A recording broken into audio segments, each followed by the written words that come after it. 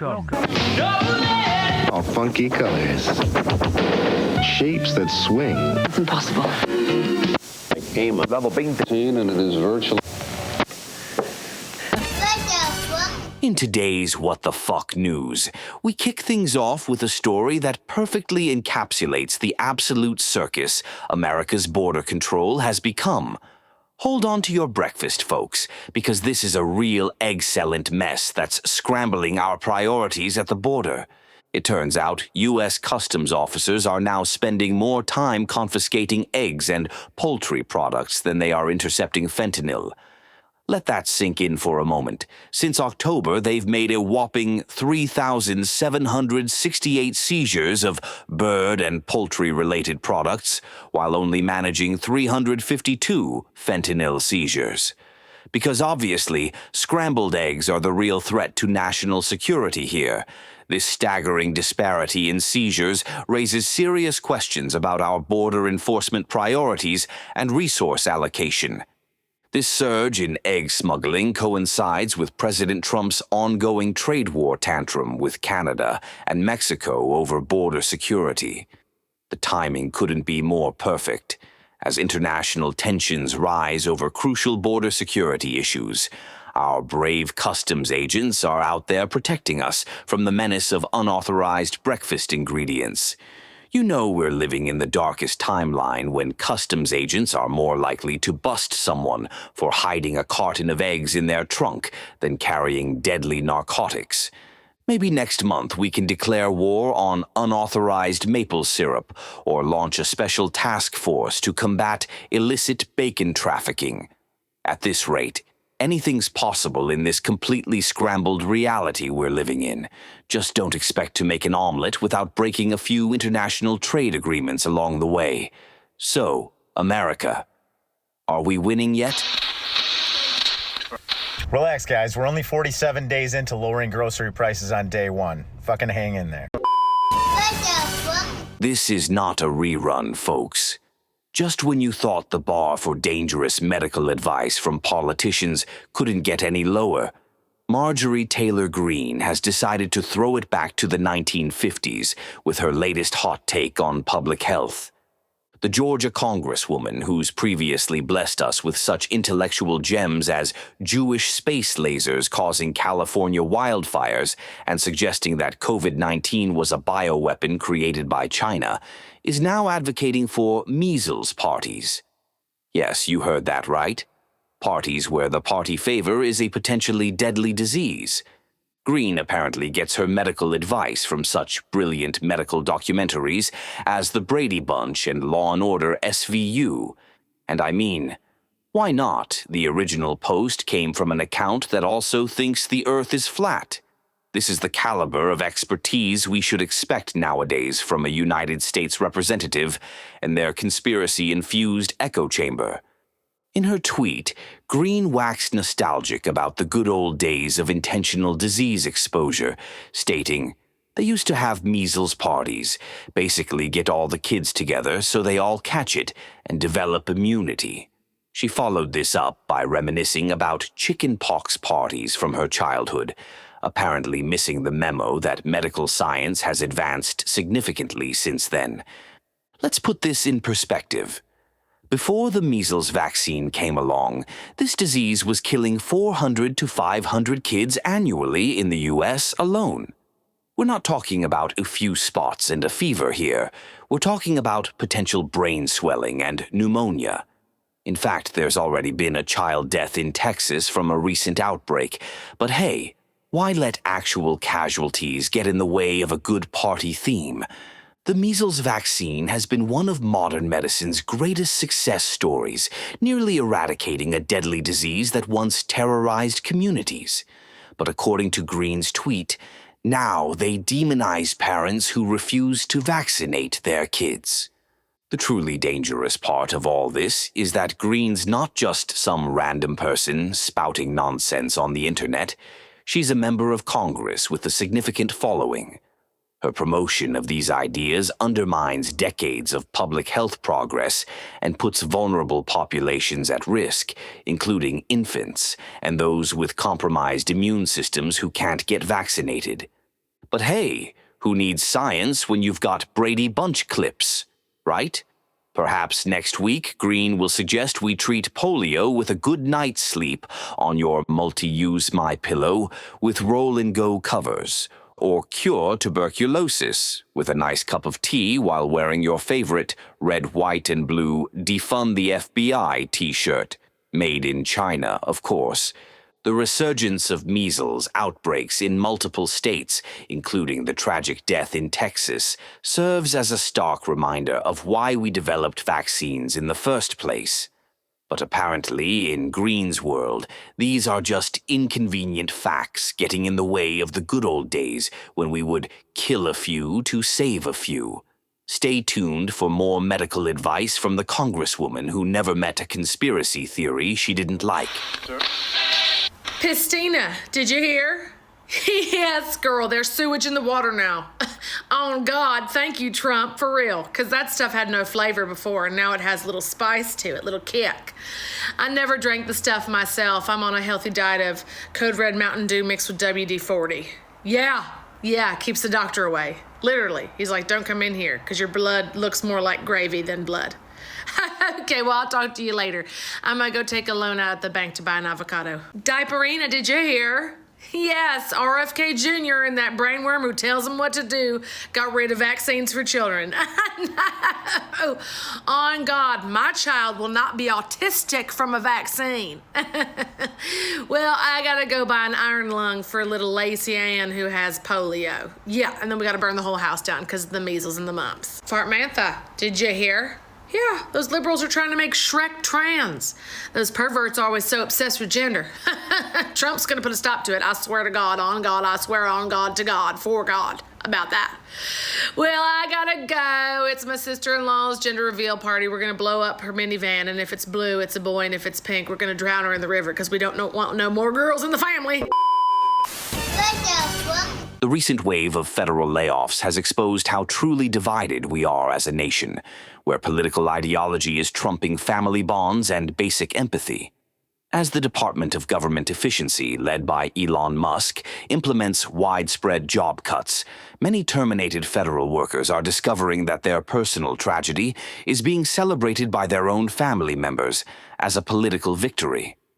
The human toll of these cuts is illustrated through stories like that of Luke Tobin, a 24-year-old former U.S. Forest Service technician in Idaho.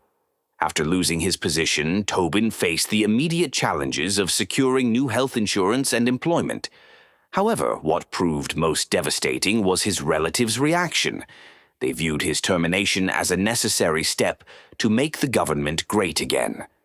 This response left Tobin feeling betrayed, noting that his family members seemed unable to separate their political beliefs from their obligation to support loved ones.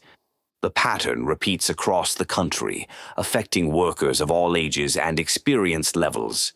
Kristen Jen, a 47-year-old from Austin, Texas, saw her dream of becoming a National Park Service ranger evaporate when her position was frozen by DOGE. Rather than receiving support, she faced ostracism from her conservative family, with some members unfriending her on social media and others refusing to speak with her. Perhaps most ironically, Jen's own mother, herself a former federal employee, maintains unwavering support for the cuts, having adopted the view that public servants are parasites and unproductive. Social media has become a particularly toxic battleground, with numerous posts gleefully demanding "fire more" and celebrating each new round of layoffs. Riley Ratcliffe, a 36-year-old PhD holder who worked as an aquatic ecologist at Lake Mead National Recreation Area in Nevada, encountered this hostility when news of his termination sparked derisive comments, including one that dismissed him as a glorified pool boy. Even well-meaning friends coupled their condolences with support for the cuts, suggesting the need to rip off the Band-Aid of government spending. The situation has forced many federal workers to defend not just their jobs, but their basic dignity.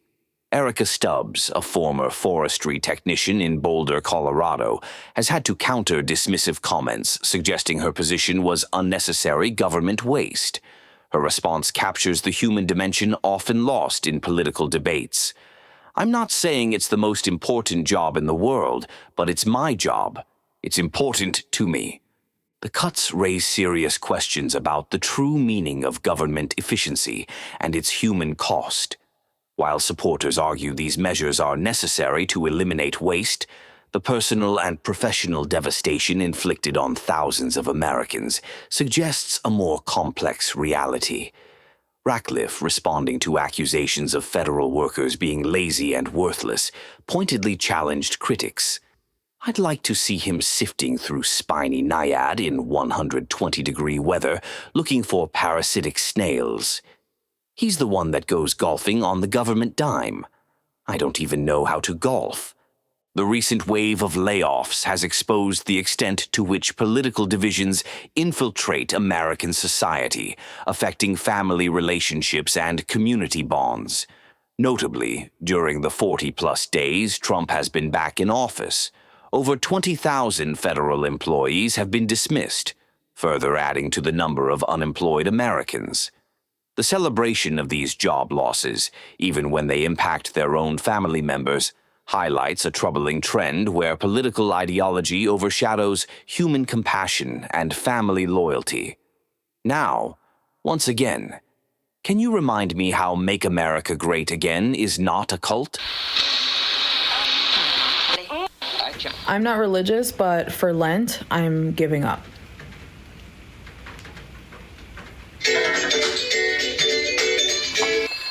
Grab my hand quick. You're going to need it when I say this, okay? All right. Trump made it his mission to garner the Christian vote. Why?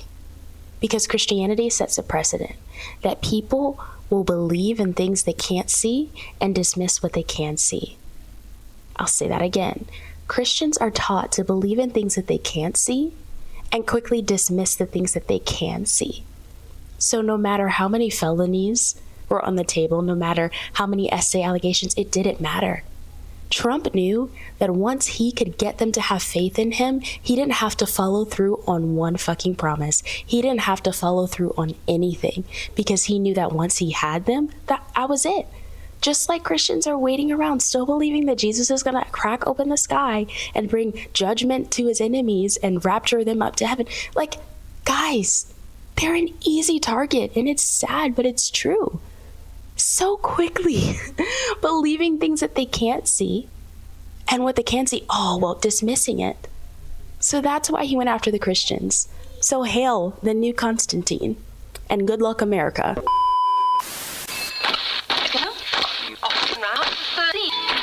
Project 2025 was once heralded as not aligning with Donald Trump's actual agenda, dismissed as just another Democratic scare tactic to energize its base to get out and vote.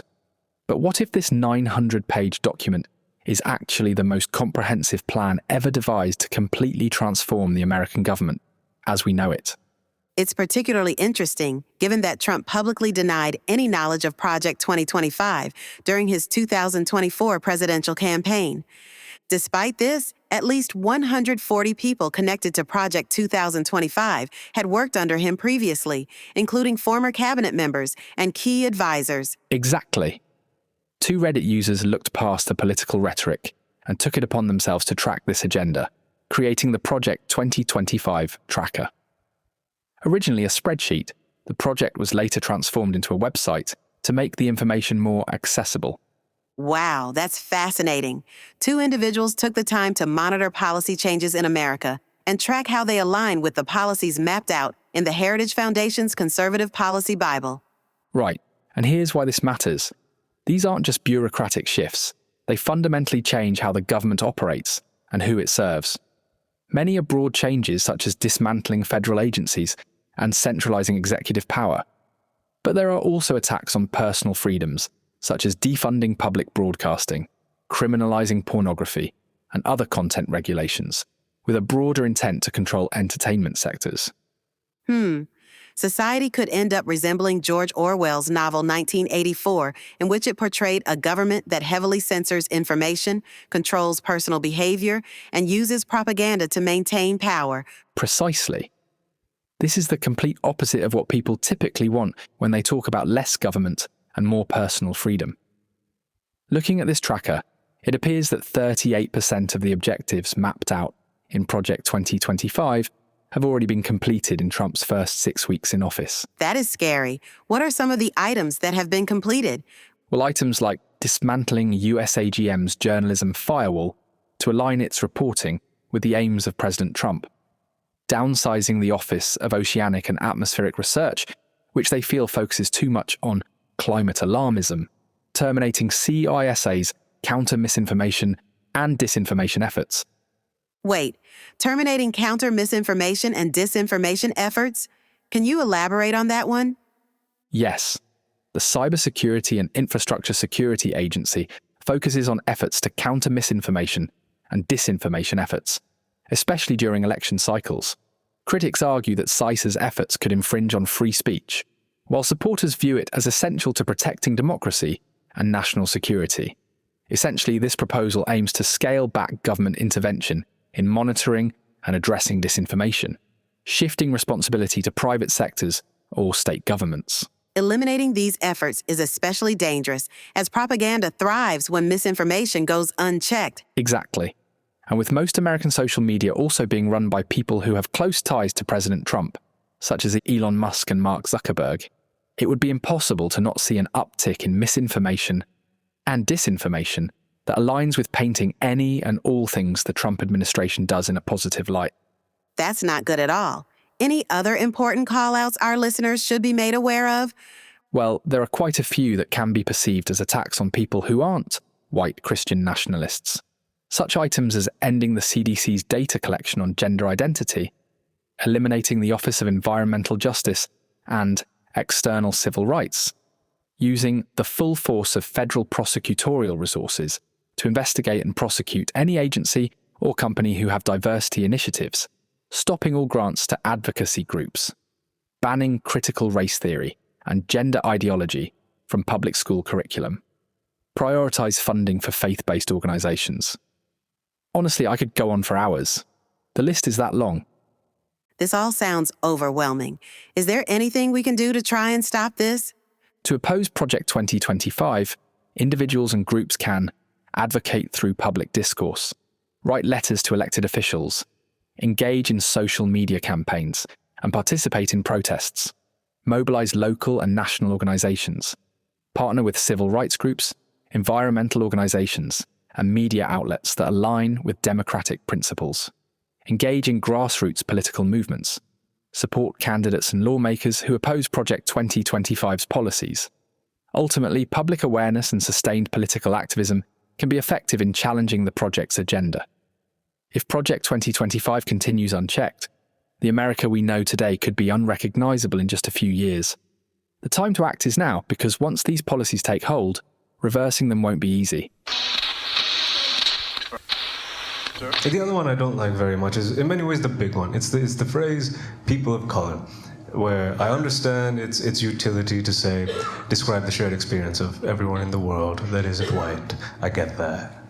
But what rubs me the wrong way about it is just the phrasing, people of color, seems to suggest that there are people, and then there's us.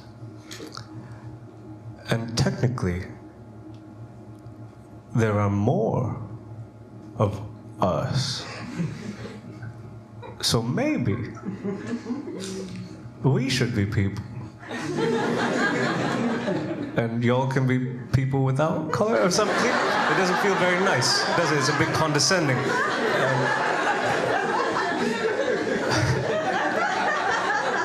Of course, I would not truly wish that upon you. I would like to live in a world where we're all just people. White people too. Hey, listen, white people are people too. Someone had to say it. I will die on this hill. Far too many of you have begun paying money to see me for some reason.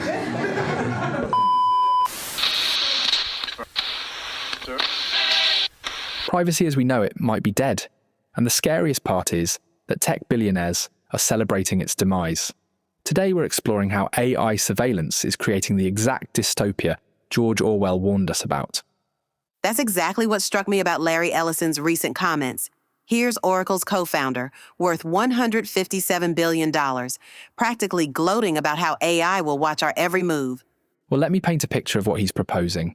He's talking about AI systems that will constantly monitor everything from police body cameras to doorbell cameras, creating this vast web of surveillance. And get this, he actually said citizens will be on their best behavior because we'll be constantly recording and reporting everything. You know what's particularly unsettling? This is already happening. Just walking down any suburban street today means being recorded by multiple Ring doorbells. We're essentially living in what security experts call a neighborhood panopticon. That term panopticon is fascinating. It was originally an 18th century prison design where inmates could be watched at any time, but never knew when. The psychological impact was profound. People would regulate their own behavior because they might be under surveillance at any moment. That's exactly what's happening now, on a societal scale, and Ellison seems thrilled about it, especially when he talked about replacing police cars with AI drones for high-speed chases. Right. And this isn't just speculation.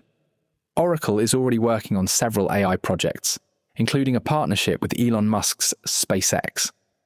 When you have this concentration of power and technology in the hands of a few billionaires who seem enthusiastic about surveillance, we should all be concerned. So what makes this different from the surveillance Orwell described in 1984? Well, here's what's even more insidious. In Orwell's novel, people at least knew they were being watched. What we're heading toward is surveillance wrapped in a pretty bow of technological progress, marketed as convenience and safety. That's such a crucial point about the marketing aspect. These systems are being sold to us as solutions to real problems: crime prevention, law enforcement accountability, home security. And let me share something disturbing from recent studies. When people know they're being watched, they don't just avoid doing wrong things, they avoid doing anything unusual or creative. It creates this chilling effect on human expression and innovation. You know what really concerns me? The technical capabilities Oracle is developing make this even more frightening. Their partnership with SpaceX suggests they're thinking about surveillance on a global scale. Exactly. And here's another parallel with 1984, the way the party could rewrite history because they controlled all the records. Now imagine AI systems with vast databases of surveillance footage and behavior patterns. The potential for manipulation and control is staggering. Speaking of control, what about the economic implications? This isn't just about security, it's about profit too, right? Oh, absolutely. When Ellison talks about these surveillance systems, he's describing a massive business opportunity. The global surveillance market is projected to see substantial growth over the next decade, driven by advancements in AI, security cameras, and satellite-based monitoring. The video surveillance market is expected to grow from $59.46 billion in 2024 to $135.68 billion by 2033, while the security camera sector is set to expand from $12.8 billion to $80.94 billion by 2035. AI-powered surveillance cameras are anticipated to surge from $4.1 billion in 2022 to $23.06 billion by 2035-2030, with a high CAGR of 24.1%. Additionally, the Earth observation market, which includes satellite surveillance, is forecasted to exceed $8 billion by 2033. This growth is fueled by increasing security concerns, government investments, and rapid technological advancements. That's a lot of incentive to push these technologies forward without considering the consequences. The legal framework really hasn't caught up with the technology, has it? We're still operating with privacy laws that were written before these capabilities existed. And here's something that keeps me up at night. Studies have shown that constant surveillance leads to increased stress, anxiety, and even paranoia. It's not just about behavior modification, it's about fundamental human well-being. That makes me think about how this might affect child development. How do kids grow up normally if they know they're being constantly monitored and analyzed? You know, that's such an important point. In 1984, children were taught to spy on their parents for the party.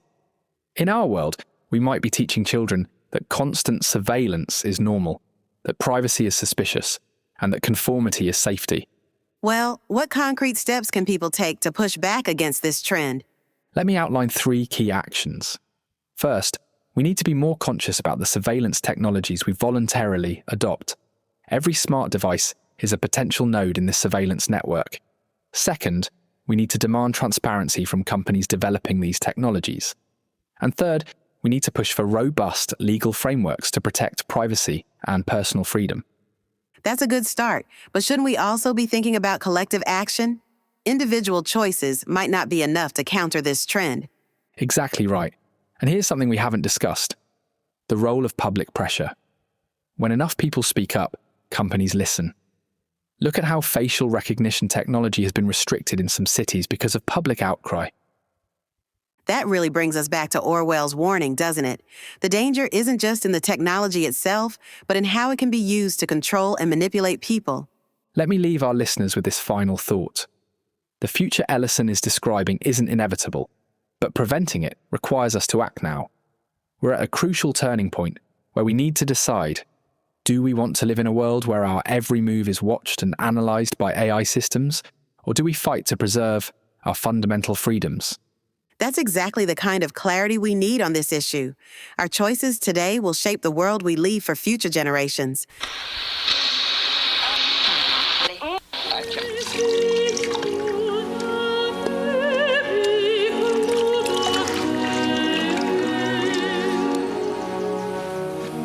Come now, Mary Magdalene. Stand and be forgiven for your sins.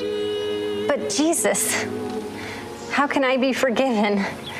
I'm a prostitute. No, child. You were a prostitute. That life is behind you now. Mary Magdalene, where are you at, bitch? Oh no, Jesus. I think it's my pimp. I think he found me. There you are. Man, it took me forever to find your ass. I've been looking all over for you. You know how many bitches named Mary there are up in here? Now get your ass in that caravan. No, I'm not going with you, Leroy. I'm gonna stay here with Jesus. What the flip is this? You washing this feet? Maybe. What? I taught you that. I rescued you from the fishing village. I cleaned you up and got you out to work. And now this how you repay me? You go and get yourself another pimp? Hell no, brother. She's mine. I don't think you understand. She's not going with you. Well, I can't afford to lose her. I already lost 3 bitches to leprosy, all right? All I got left is Mary, a cripple, and 2 blind chicks who actually, you know, they get requested a lot. Don't ask me how that works. Get out of here. I'm not going with you, Leroy. I'm staying here with Jesus, and I'm warning you. Jesus has like 12 followers. Tell him. Oh, 12? Okay, all right. So this motherfucker a serious pimp. No, my friend, you're confused. It's 12 men. You a gay pimp? I'm not a pimp. I'm a carpenter. Carpenter?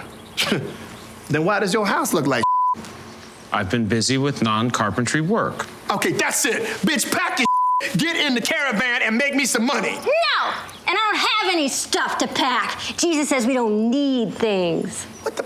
Is this all about money? Hell yeah, it's all about money, brother. I have a saying. Ooh. It goes like this. You're gonna love this. Shut up. It's easier for a camel to pass through the eye of a needle than for a rich man to enter the kingdom of God. Oh, yeah? Well, I got a saying, too. It's easy, you know, why don't you pass your ass through the needle? Man, you, man. Come on. The girl stays. What? Oh.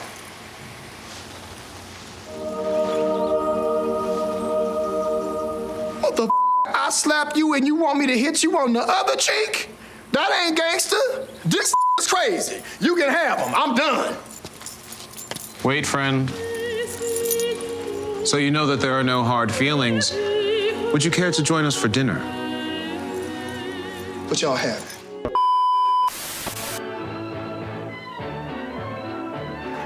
Ladies, gentlemen, and everyone in between, welcome. I am your host, Sincere Young, and this is The Sincere Perspective. Today we're going to talk about Casey Anthony. Yep, that Casey Anthony. For those who don't remember, Casey Anthony gained national attention in 2008 when she was accused of murdering her 2-year-old daughter, Kaylee Anthony, in Orlando, Florida. After a highly publicized trial in 2011, she was acquitted of murder, manslaughter, and child abuse charges, though she was convicted on 4 counts of providing false information to law enforcement. Since the trial, Anthony has largely stayed out of the public eye, though she recently announced her intention to become a legal advocate, a move that has been met with a ton of online and social media backlash. This brings us to our question for today. Should we forgive those society has condemned? Society often refuses to forgive certain figures, even when the law does. The question is, should we?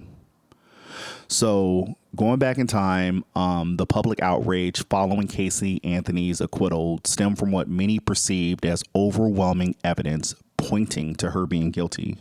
Key reasons the case remains controversial includes Casey did not report Kaylee missing for 31 days. Her mother, Sydney Anthony, eventually was the one that called 911. Casey repeatedly lied to police, reportedly, including fabricating stories about a non-existent nanny, also falsely claiming employment at Universal Studios. A forensic expert testified that Casey's trunk smelled like a decomposing body, and investigators found internet searches for chloroform on the Anthony family computer, suggesting premeditation. Kaylee's remains were also discovered with duct tape near her skull, leading to speculation that she was suffocated. Despite all these points, prosecutors failed to provide concrete physical evidence directly linking Casey to Kaylee's death. The jury, bound by the legal standard of beyond a reasonable doubt, acquitted her. This verdict cemented Casey Anthony's status as a public villain, putting her in the same category as high-profile acquittals like O.J. Simpson, when back in 1995 he was acquitted of the murders of Nicole Brown Simpson and Ron Goldman. You can go back to 2005 when Michael Jackson was acquitted of child molestation charges, and even George Zimmerman, who was acquitted in 2013 of the shooting death of Trayvon Martin, claiming self-defense under Florida's Stand Your Ground law. These cases pose a fundamental question. Does a legal verdict erase moral suspicion? And, should it? The legal system is flawed because, let's be real, it's run by humans, and humans are indeed flawed. In the O.J. Simpson trial, his defense team exposed weaknesses in the prosecution's case while tapping into racial tensions in L.A. following the 1992 Rodney King beating by the LAPD. When you move over to the Michael Jackson case, he was backed by a high-powered legal team and was able to portray his accusers as unreliable, leveraging his wealth to mount a very strong defense against that family and the accuser. George Zimmerman, let's be honest, benefited from systemic racism, which allowed him to paint an unarmed 17-year-old black teenager as the aggressor and as suspicious in that scenario. Then when we circle back to Casey Anthony, she walked free largely due to weak forensic evidence. Kaylee's body was too decomposed to determine the official cause of death. The prosecution's reliance on the death penalty may have been an overreach that then in turn backfired. If human error, systemic bias, or flawed evidence can lead to acquittals, how do we as a society respond? Casey Anthony recently has been rebranding and I guess you can say trying to rewrite her own legacy. Since her acquittal, she's attempted to reshape her public perception by laying low, avoiding public attention. She lived in South Florida under the financial support of close friends, reportedly. She avoided media appearances for years. In 2020, she actually started a private investigation business, filing paperwork for case research and consulting services. And though she's not licensed as a private investigator, she claims she wanted to help wrongfully accused individuals. She began telling her side of the story in 2017. She did an Associated Press interview where she claimed she didn't care what people thought, but apparently remained vague on what exactly happened to Kaylee. In her defense, she could say that she remained vague about what happened because she was, quote unquote innocent. So then therefore, how would she know information about what happened to Kaylee? In 2022, there was a Peacock docuseries Where the Truth Lies, where she apparently claimed her father sexually abused her while she was growing up. She alleged that Kaylee drowned and her father covered it up. She framed herself as the victim of abuse rather than a negligent party girl, which was one of the other things that came up during the trial, because during that 31 days that Kaylee was missing, there are reports that she was partying, she was getting tattoos, she was just living a carefree life that wouldn't align with someone who was aware that their child had drowned and passed away. But the documentary was widely criticized as an attempt to rewrite history. Now, recently, she's been pursuing legal advocacy work. She briefly worked with private investigator Pat McKenna, which I believe was one of the people that worked on her trial, if I'm not mistaken. She suggested interest in wrongful conviction advocacy, which has been met with deep skepticism every step of the way. Now, I want to kind of frame this conundrum that we as the public are in, and I want to frame it through the lens of some philosophical questions. So Nietzsche had wrote Beyond Good and Evil and argued that morality is subjective and people must define their own values rather than conforming to societal expectations.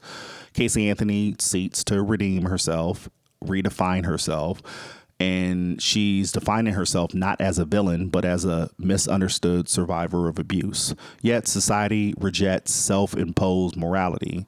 Public perception still holds her accountable despite her narrative shift. And the key question through Nietzsche's lens is, if morality is subjective, does it matter if Casey Anthony believes she is innocent if the public still condemns her? Now we can move over to Hannah Arnett's Banality of Evil, which suggests that evil is not always a result of monstrous intent. Sometimes it stems from thoughtlessness or systemic failures. So if Casey did cause Kaylee's death, was it malice or negligent? Public memory refuses to forgive her, even though the legal system did acquit her. And Arnett does suggest atonement requires responsibility. And since Casey Anthony refuses to accept blame, society refuses to let her move on, possibly. Now, one of the key questions with that is, can atonement exist without public acceptance, or is someone forever defined by their worst alleged action? And key word in that is alleged. Now, you could also look at this from Christianity versus existentialism. Christianity teaches that forgiveness is a moral duty, even if the wrongdoer does not repent. Those who have read their Bible would know that Luke 23:34 says, "Forgive them, for they know not what they do." Now, looking at it from its existential lens, that argues that forgiveness must be earned, requiring the wrongdoer to take full responsibility for their actions. And if forgiveness is unconditional, then Casey deserves it, regardless of guilt, right? But if forgiveness requires accountability, then maybe Casey has not quite earned it. The key question in all of that comes down to, can someone be forgiven if they refuse to accept blame? If forgiveness is a moral duty, does that mean Casey deserves it even if she has not earned it? These are all great questions and different things to kind of ponder and think about. And I offer this as a final challenge to the audience as we close. I want to leave you with these questions. 1. Is forgiveness about the wrongdoer or about our own need for justice? 2, if we believe in rehabilitation, do we apply it selectively? And 3, would your answer change if the crime she was accused of were different? Ultimately, Casey Anthony's story is a battle between personal reinvention and public memory. And even if she tries to rewrite her legacy, as we can see, the world is refusing to forget it. So the question remains, should it? I wish life was simple enough for me to tell you what the answer to all those questions were so we could tie this all in a nice, pretty bow. But honestly, life is far from simple, and we as humans need to honestly recognize that. And we also need to recognize that we may not always have the definitive answer for every question that we're posed with. But I do think it is important for us to ask these questions to continue to expand our minds and understanding of life. So with that, feel free to chime in. I would like to know what you guys think and continue to follow and support the podcast. You can find the podcast Symphony of Thoughts on Spotify currently. I'll probably expand at some point to some of the other avenues, podcasts, RSS feeds, different things like that. But for right now, you can find us on Spotify. You can also find me on Reddit under Sincere Young on Reddit. You can follow me on TikTok, Symphony of Thoughts. You can follow me on Blue Sky, also under, I believe that's under sinyoung.bsky.social. You can follow me on Substack, which that's where the conversation with Casey Anthony end up occurring. And you can find me on there under Sincere Young. And I'm also on Lemonade. I may come back to Twitter. Yes, I refuse to call it X. I will continue to call it Twitter. I may come back to Twitter. I haven't decided. I really don't like supporting Nazis, but that's a topic for another day. And you can also follow me on YouTube under Symphony of Thoughts, where I'm going to be posting some of the clips similar to TikTok. I'll be posting some of the stuff between those two channels and trying to release daily content. So hopefully you all were entertained. Hopefully you all learned something. And honestly, more importantly, hopefully you came out of this podcast with a couple more questions to expand your thought process and help us get to what some would call Christ consciousness. Jesus did not want to create a new religion, and the church made a new religion about his teachings. Jesus wanted to create leaders, and the church created followers. Jesus taught that I and my Father are one, meaning there is nothing between us and God, and then the church put him between us and God. Jesus was the messenger, and then the church made him the Godhead. Jesus said to love our neighbors as ourselves, and then the church killed millions in his name. Jesus said the kingdom of heaven is upon us, and the church said that it was somewhere else. Jesus said we would surpass the things that he did, and the church said that we would never be able to be as good as him. It may be time to liberate the teachings of Jesus from the church of Jesus. Let me tell you why you're here. You're here because you know something. What you know you can't explain, but you feel it. You felt it your entire life, that there's something wrong with the world. You don't know what it is, but it's there, like a splinter in your mind, driving you mad. It is this feeling that has brought you to me. Do you know what I'm talking about? The Matrix.